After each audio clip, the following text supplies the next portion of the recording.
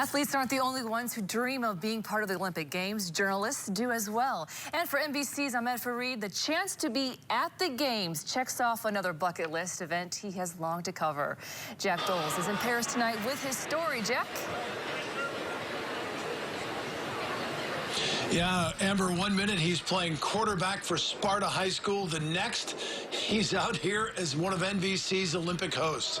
Ahmed is living his dream here in Paris. Ahmed Fareed in the studio. I want to catch you up on what's happening. Ahmed Fareed will be the first person to tell you he's got a pretty good gig. I did get to go to Versailles and Roland Garros, so it's like I can't complain. That's what I say about our job. I go, our job is one of the few where you can't complain about anything, right? It's just like the days are pretty long, and they go, come on, you're in Paris. Unlike Beijing and Tokyo, where he was a studio host at NBC headquarters in Connecticut, Ahmed is on site for the Paris Games.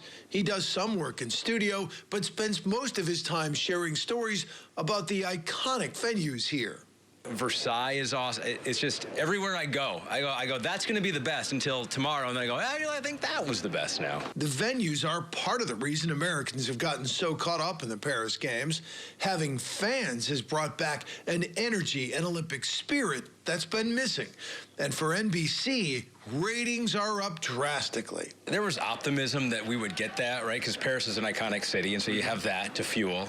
But I still think there was a little doubt whether, have the Olympic Games lost a little bit of the magic? Was it just the fans, or is this not that cultural event that it was 20 years ago? People at NBC are certainly happy to see that it is back, and I think the athletes feel that too. The magic is definitely back, especially for Team USA. And one thing you can always count on at the Olympics is some athlete you probably never heard of before the Games will have you cheering and possibly crying before you know it.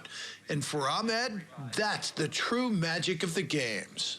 It feels like there's an energy, and there's kind of, we don't have it in many events where it's just like the whole world is watching, right? It seems like everything's fragmented. Everyone's got their own stream and their own screen. It's like the Olympics still has that power to bring everyone together into one thing, so we can all have a conversation that we all know what each other's talking about.